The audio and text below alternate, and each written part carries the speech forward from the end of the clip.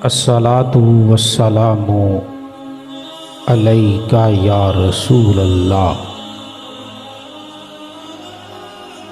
وعلی آلک واصحابک یا حبیب اللہ۔ صلاۃ والسلام علیک یا رسول اللہ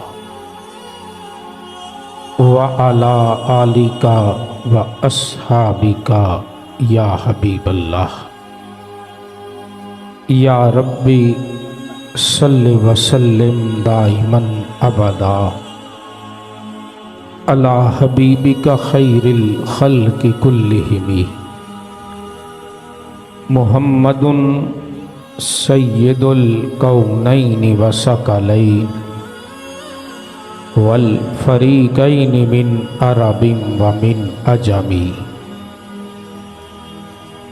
منزہ عن شریک فی محاسنہ فجوہر الحسن فیہ غیر منقسم۔ یا اکرم الخلق مالی من الوذ بہ سواک عند حلول الحادث العمم۔ یا رسول اللہ انظر حالنا یا حبیب اللہ اسمع قالنا اننی فی بحر ہم مغرق خذ یدی ساحل لنا اشکالنا امداد کن از رنجو غم آزاد کن در دین و دنیا شاد کن یا غوث الاعظم دستگیر۔ بلغ العلا بکمالہ کشف الدجا بجمالہ حسنت جمیع خصالہ صلو علیہ وآلہ۔ کی محمد سے وفا تو نے تو ہم تیرے ہیں، کی محمد سے وفا تو نے تو ہم تیرے ہیں، یہ جہاں چیز ہے کیا لوح و قلم تیرے ہیں۔ معزز و محترم حاضرین و سامعین، اللہ کے فضل اور اس کی عطا سے ایک بار پھر جمعۃ المبارک پڑھنے اور پڑھانے کی سعادت ملی۔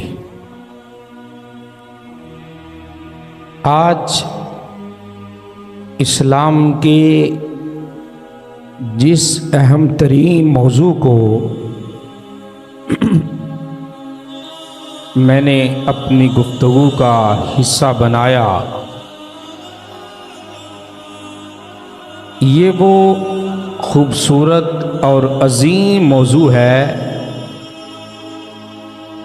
کہ جس کے بغیر اسلام کا وجود ہی نہیں۔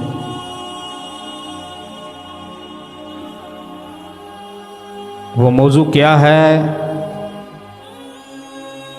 انبیاء کرام صلوات اللہ تعالی علیہم اجمعین کی عزت اور ناموس۔ توجہ سے باتوں کو سماعت فرمائیے گا، اور اسی موضوع کے تحت انشاءاللہ تقریباً 3 سال سے دوست احباب کہہ رہے تھے کہ غازی علم الدین شہید کو پڑھے۔ انشاءاللہ آج ان پہ بھی گفتگو کریں گے۔ ایک بات ہمیشہ ذہن میں رکھیے گا، قرآن کا یہ مزاج ہے کہ جب کبھی کسی بھی بندے نے رب کائنات کے بارے میں کچھ ناسیبہ الفاظ استعمال کیے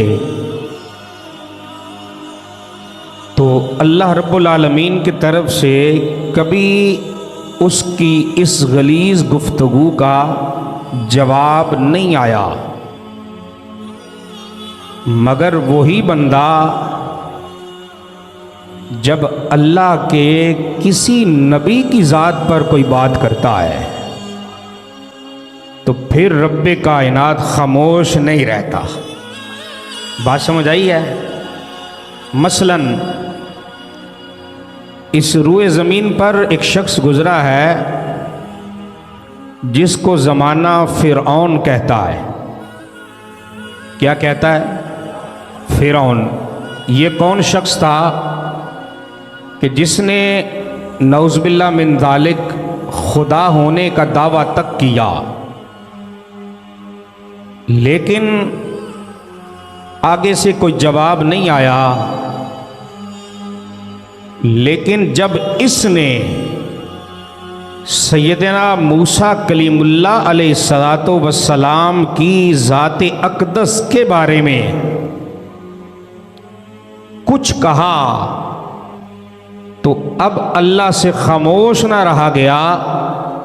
اسی فرعون کو دجلہ دریا کے اندر غوطے ڈال ڈال کے رب نے مار کر کائنات کے لیے عبرت بنایا۔ بات سمجھ آئی ہے؟ ایک شخص گزرا ہے کہ جس کا نام تھا نمرود۔ کیا نام تھا جی؟ نمرود۔ اس شخص نے بھی خدا ہونے کا دعویٰ کیا، لیکن آگے سے کوئی جواب نہیں آیا۔ اور یہی نمرود جب سیدنا ابراہیم علیہ السلام کے مد مقابل آیا، اللہ کے نبی کے جب مد مقابل آیا اور اللہ کے نبی کے بارے میں نازیبا لفظ استعمال کیے تو پھر اللہ سے خاموش نہ رہا گیا۔ بات سمجھ آئی ہے کہ نہیں آئی؟ پھر اللہ سے خاموش نہ رہا گیا۔ اب رب کائنات نے جس شکنجے میں اس نمرود کو مبتلا کیا، آپ سن کے حیران ہو جائیں گے کہ وہ کائنات کا رب ہے۔ اور قرآن میں کبھی مکھی کی مثالیں دیتا ہے، کبھی مچھروں کی مثالیں دیتا ہے۔ رب جو ہوا، اور وہ کائنات کا ایسا رب ہے کہ کبھی وہ چھوٹے چھوٹے پرندوں کے چونچوں میں چھوٹی چھوٹی کنکریاں دے کر بھی لشکروں کو تباہ کر دیتا ہے، مروا دیتا ہے۔ کائنات کا رب جو ہوا، اب اس نمرود نے جب سیدنا ابراہیم علیہ السلام کے بارے میں نازیبا لفظ استعمال کیے تو رب کائنات نے، توجہ کرنا جو بات بتانے لگا ہوں، زندگی میں پہلی بار آپ لوگ سن رہے ہوں گے۔ علماء فرماتے ہیں کہ رب کائنات نے آسمان سے ایک مچھر بھیجا۔ کیا بھیجا؟ کتنا کو ہوتا ہے؟ بات سمجھ آئی ہے؟ اور وہ مچھر کس طرح کا تھا؟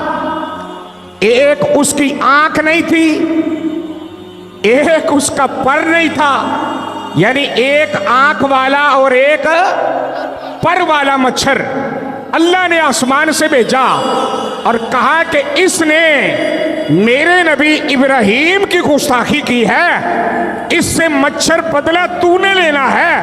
اب رب کے حکم سے وہ مچھر آیا، اس کی ناک میں گھس گیا۔ کہاں گھس گیا؟ ناک میں گھس گیا۔ وہ بار بار نکالتا ہے، نکلتا نہیں، نکلتا آگے ہوتا ہوتا اس تہ تک پہنچا۔ نمرود تڑپنے لگا اور اس کی تڑپ کا کمال یہ تھا کہ اس کے باڈی گارڈوں نے پکڑ کر خود نمرود کو مار دیا۔